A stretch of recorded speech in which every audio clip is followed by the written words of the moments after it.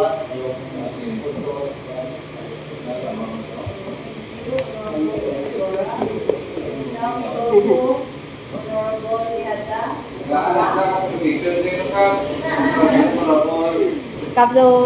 char, ala ko ka-prepare.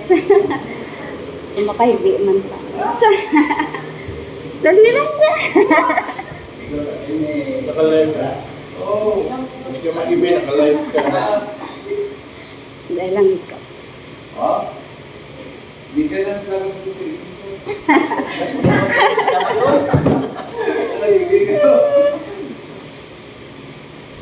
Ano yung bike? Ang una, sa tanan ka. Maninay, thank you, Gid. Una, Gid sa tanan, napasalamatan ko, Gid si Maninay. Kag, siyempre, nakakibig na lang po.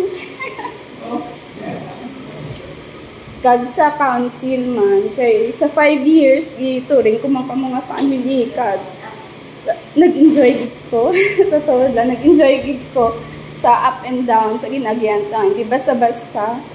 And congratulations man sa aton tanan, kay naagyan kita sa COVID, ASF, nalampasan ka, kag tungod man sa leadership ni Kap. So, saludo gid ako sa imo, Kap. Balan ko nga ipadayon mo gyapon. Tas even though nga hindi naman ko kagawad, mabulig gyapon ko sa hikasarang ko. Maminata na ikaw mo lang gina. Maminata na ko kag isa pa hambal nila bisan wala na sa posisyon dimbawan. Mabulig gyapon kita sa hikasarang nato. Kag sa mo lang to, thank you gid sa tanan, nag-enjoy gid ako sa tanan nga good and bad times. Salamat sa paghatag ang chance na among maka-experience mo tas nga tawag nga public service. Hindi ako pa. So thank you gid ba lang pa. From the heart ginawa ko.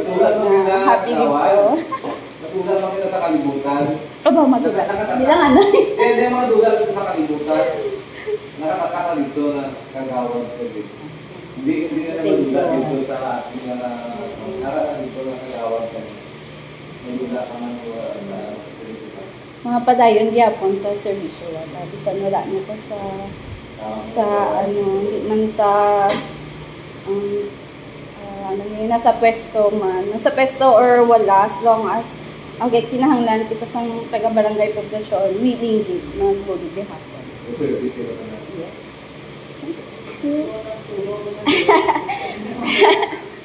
Kag sa mga staff na di ka sa pala.